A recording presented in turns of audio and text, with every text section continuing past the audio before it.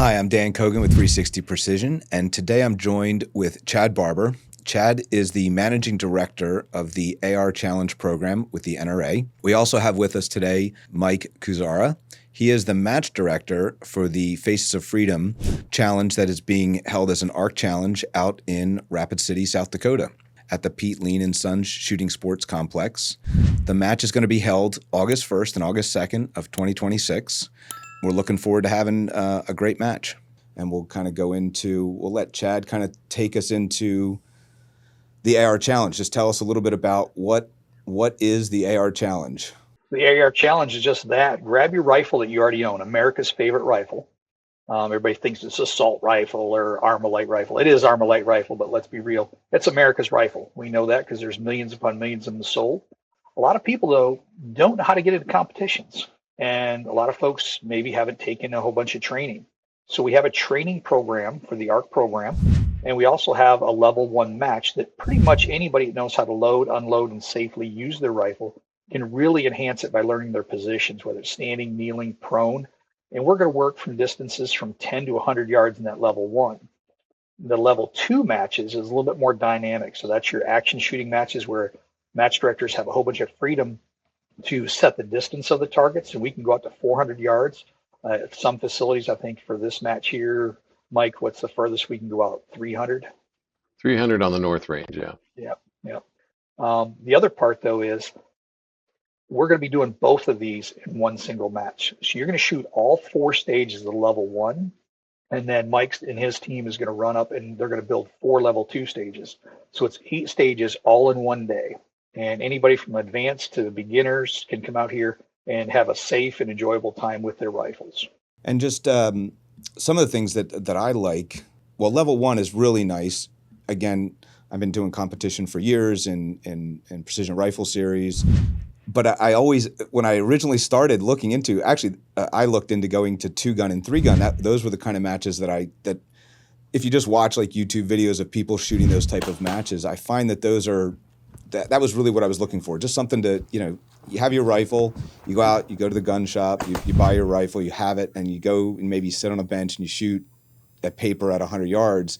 It gets boring after a little while. It's, you want some additional stuff. And that's really what interested me so much about the AR Challenge is that it kind of brought the whole reason I never did the level 2 or the 2-gun or the 3-gun stuff is that it's just intimidating to a lot of people. And when you look at the AR Challenge, the way it's set up with that level 1, level 2, to me, it really brings about the ability to, if you've never done competition before, that's fine. And if you've done competition, but you haven't done anything that's semi-auto related with that kind of movement, it's a great introduction to how on the clock and having a buzzer and just all those things that get involved when you're shooting a competition, how to, get ready for a stage and all those things. So to me, I found it just a piece that was that has been traditionally missing from most things is how you get into competition. And I know my first match was a disaster, right? Because I even went to trainings on how to train to be in. But as soon as you're on the clock, as soon as you're up there, and a range officer says, "Okay, shooter or competitor, are you ready?" It's like your mind just kind of just goes off the first time that you're there. The brain disengagement buzzer is what they call it. Shooter, do you understand the course of fire? Well, I did up until the point you asked me that question, and then the buzzer went off, and it just went downhill from there. One of the things that's great about the level 1 is there is a buzzer. You're on a par time though. So the par time basically means if you have, X number of rounds to shoot in X number of seconds, everybody has the same amount of time. So if you shoot fast, great. If you shoot slow to the par, then you're fine. If you shoot after the par though, we're going to penalize you and take away that points. But, it's really easy to get up on the line with your friends. So you're not alone. You can enjoy the day with folks. And the cool thing is, if you shoot this locally, the level 1 match, all 4 stages, takes about 4 hours. I'm sorry. Level 1, 4 stages takes 2 hours for the whole relays for all 4 stages to go through, which makes it easy day. There's a lot of places you go to where I've shot a 50-shot match and I've been out there for 6, 8, 10 hours, depending on, pit service and rain delays and everything else. And that's a lot of investment. But here, what do you need? You need your rifle, 4 magazines, a sling, and an empty chamber indicator, and bring a water bottle with you and your eyes and ear protection, of course. But it's a progressive program. One of the things you just said was 3-gun.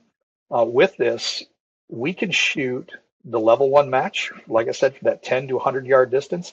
And then if you want, once you're ready, you can shoot the level 2 matches. The level 2 match also has a side match component called Arc 2-gun. So if that's your speed and you have both handgun and rifle and you want to get it and go, you can jump into that as well. One of the other things we do too is we can do this at 25-yard ranges and reduced. So you can shoot a reduced course. You can shoot at 22s. We also allow everybody's favorite, the new pistol caliber carbines.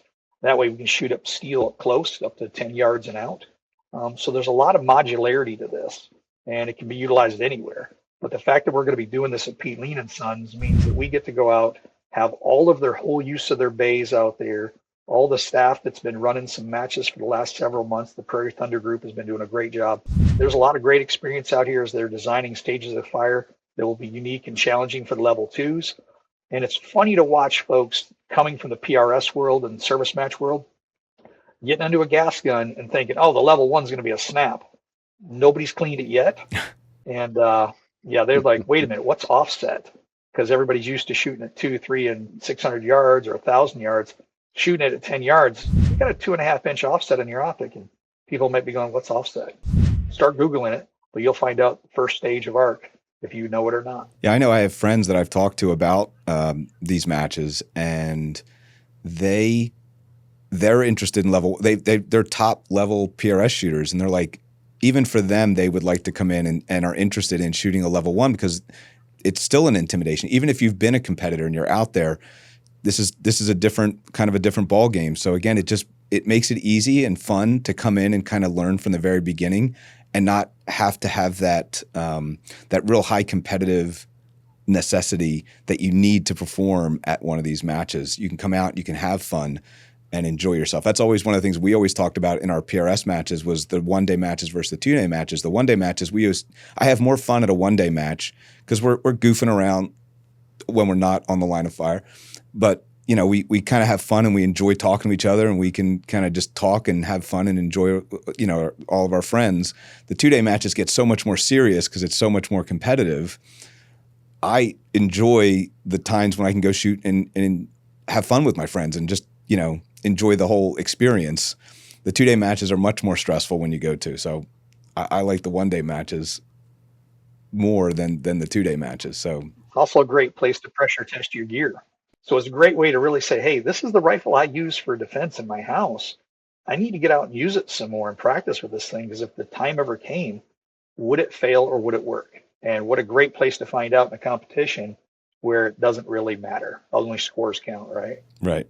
Well, one of the biggest things, kind of piggybacking on what Chad was saying in there, and actually you saying about the matches as well.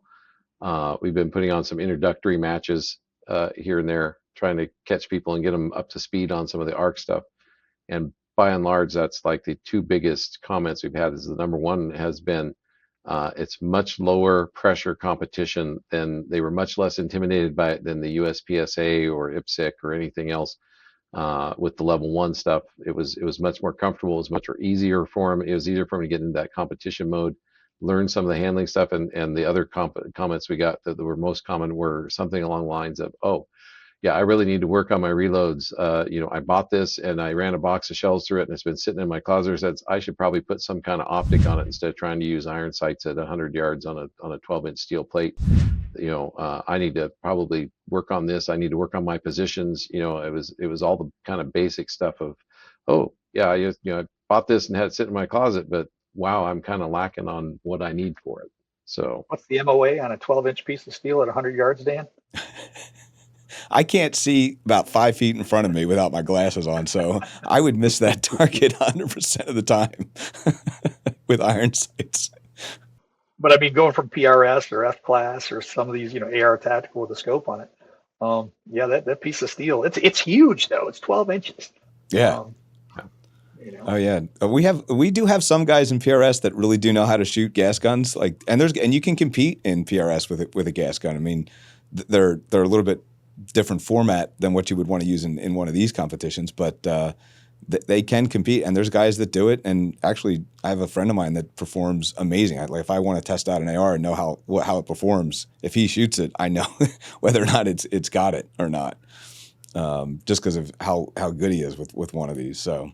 Well, everybody's got a rifle that'll work in this though, because you can shoot, like Mike just said, with a stock rifle. Boom, put your iron sights on it and you can take it out of the closet and go. If you've got a red dot, that still fits. If it's non-magnified, that still fits in stock division. Limited division, which a lot of people are starting to use a low power variable optic, you can go up to 8 power, and that helps out. And that's a really great division to sit into. Or if your gun is all tricked out with everything in the world, including bipods and monopods and 20 power scopes, that puts you in the open class and you can do it. I think the only thing restricting the rules, Dan, is what a undermount chainsaw, an undermount gun, and bayonets. Flamethrowers as well. We banned those. So, but other than that, roll 24-inch barrel. So how does because we have these matches are going to be we're specifically talking about the one that we're having out in Rapid City, but these matches are all over. How does someone go about finding out where the matches are, how they can get involved, where if they can just find a local match even? They can just go right to arc.nra.org, or they can email arcinfo@nrahq.org, and we'll get in touch with them. We just had a match director summit recently. Actually, Mike went to that in Indiana. But yeah, local clubs can shoot this. If you're a club that shoots traditional NRA matches or even action matches, it's a really easy transition.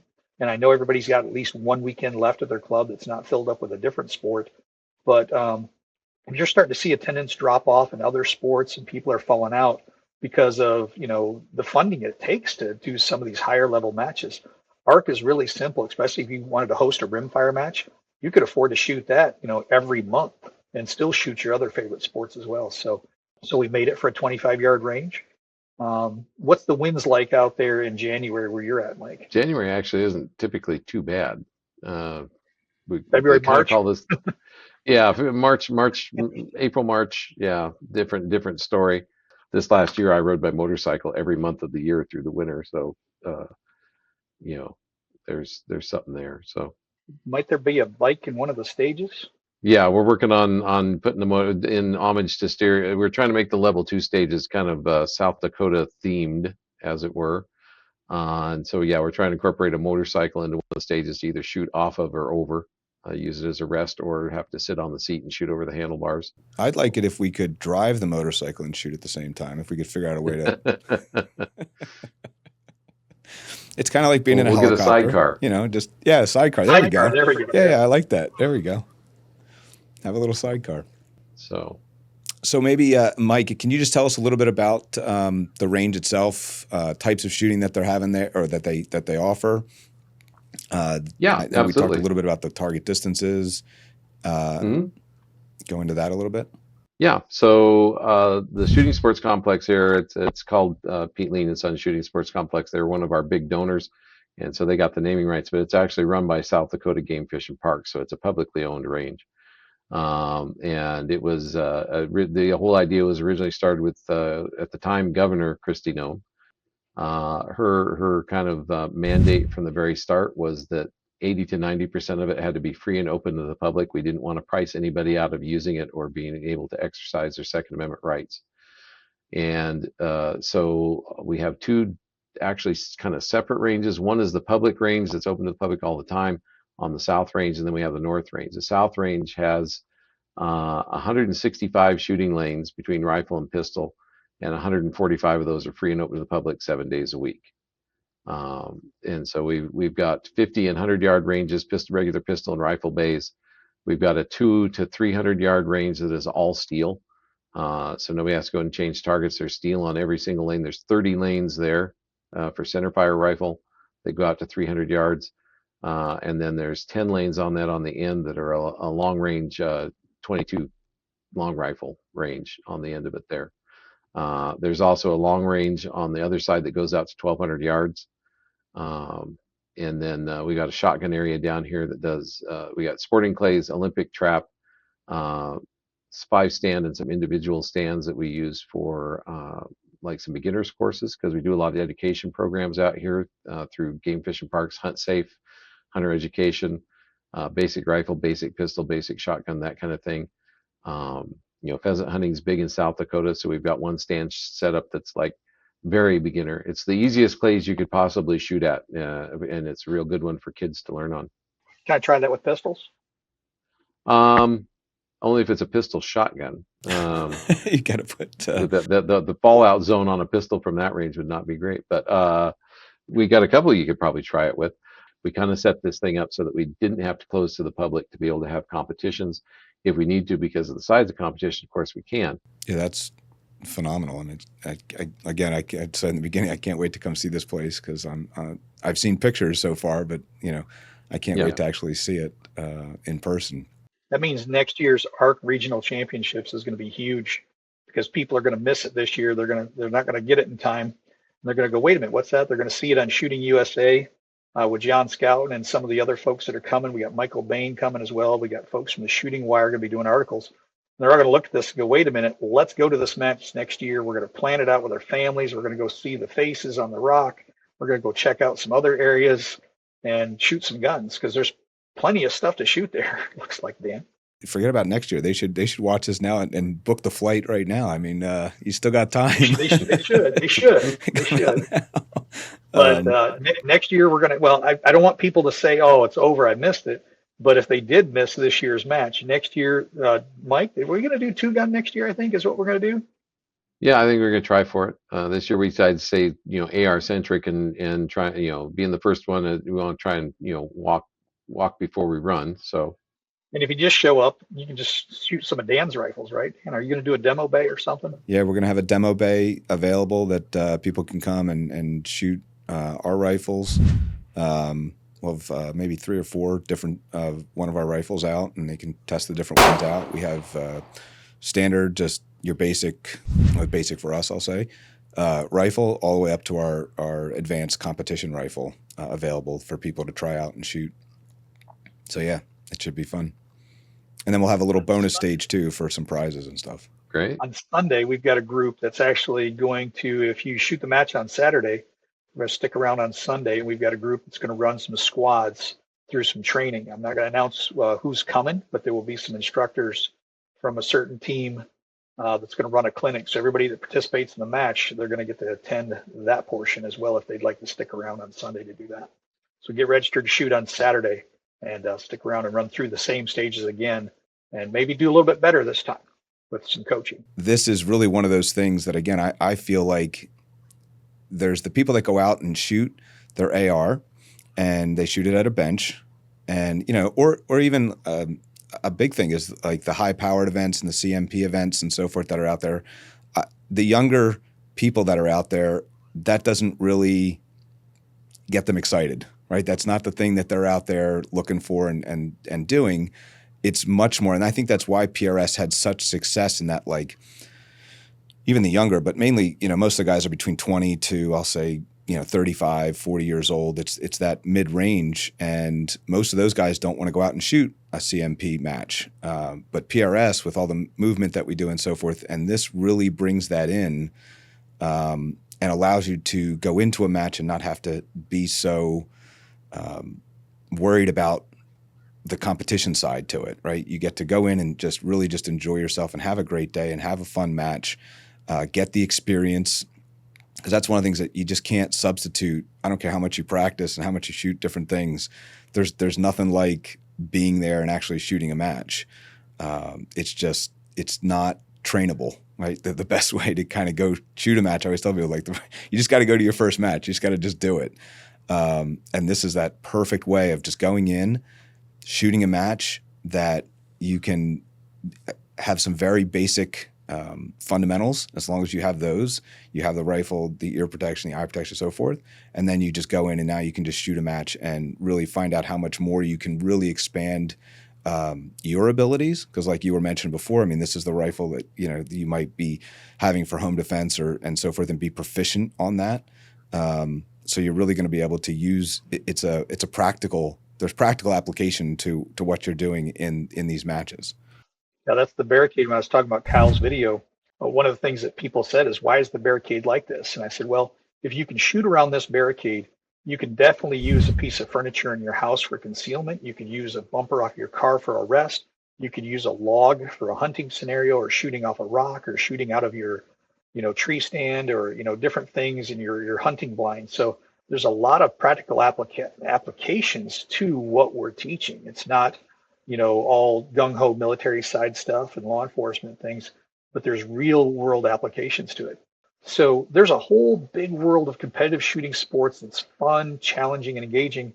And let's face it, a lot of our friends we've made through shooting sports, um, lifelong friends. It's just people, you go to a match and it's like a family reunion sometimes, whether it be out west or down south or up north. Well, I think I was telling you about that story that last year, just with work and everything else, I only got to go shoot one match. And I was there more to just go be with my friends than I really was to go shoot the match. I did terrible in the match because I hadn't really shot. I hadn't practiced. I hadn't gotten the chance. But I just had a great time because I got to go. I mean, these are friends that a lot of times all I get to do is see them in matches. When we shot a lot, I'd get to see them, at least once a month. And I hadn't seen them in probably a year for some of them. There were times I was traveling for work and, for whatever reason, couldn't take all my equipment and whatnot. And I'm like, man, I'm going to be out such and such a place. I wonder, I'm going to show up to this club. And I would show up and they'd be like, oh my God, Chad, what are you doing here? And I'm like, yeah, just stop by to visit, check the club out, see how you guys were doing, see how the club was going. And, 3 or 4 people that they're like, well, ain't you shooting? I'm like, no, I didn't bring any gear. And they're like, holster, gun, magazines, it starts flying at you. And they're like, jump in, and that's just the way the shooting community is. People will help you along. Nobody wants to see anybody on that struggle bus. How many times you've been out to a match and you fix somebody's gun or reattach this or set their scope up the right way, and then you just watch the light bulb click on for them and they're smiling. They're not going to shoot on the bench anymore or go to the Instagram booth, is what I call it now. What's the big popular thing? They grab the FRT triggers, they do the 30-round mag dump, put it on Facebook and Instagram. But now they're really getting out there and going, wow, yeah, this ain't bad. I don't need to jump up and slam my knees down on rocks.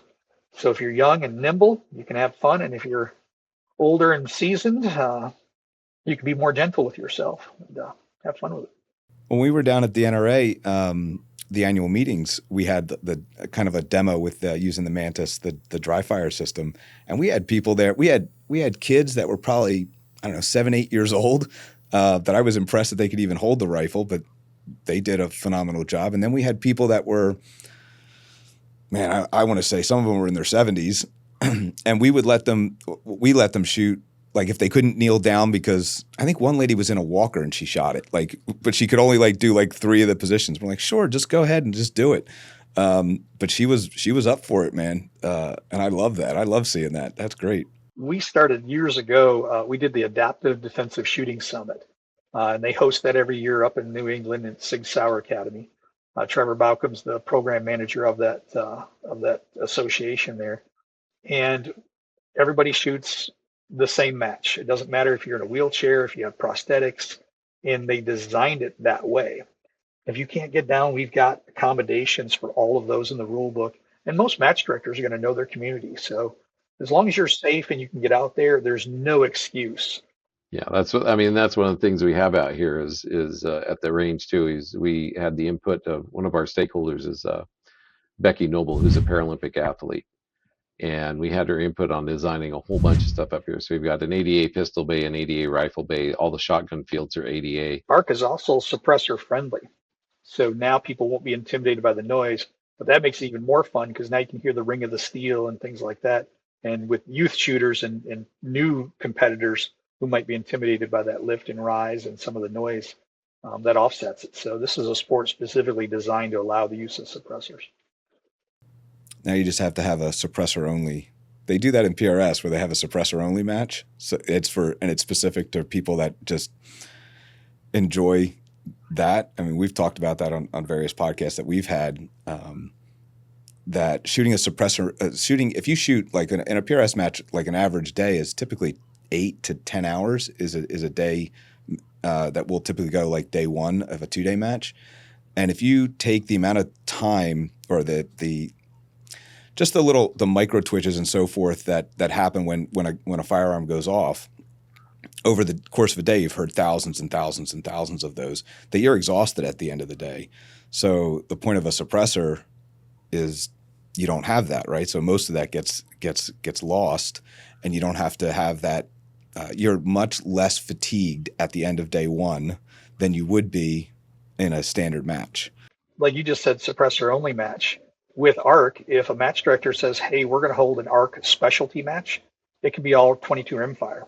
It can be all pistol caliber carbines. So completely modular, but have fun with it. I'm going to have some fun. I know Mike's going to have fun once he's not going to lose any more hair over it. That's for sure. No, that's for sure. That was the opening of this place. So there we go. So I'll leave it with Mike, and then Chad will do final thoughts of what you want to leave this with, or leave our conversation with today.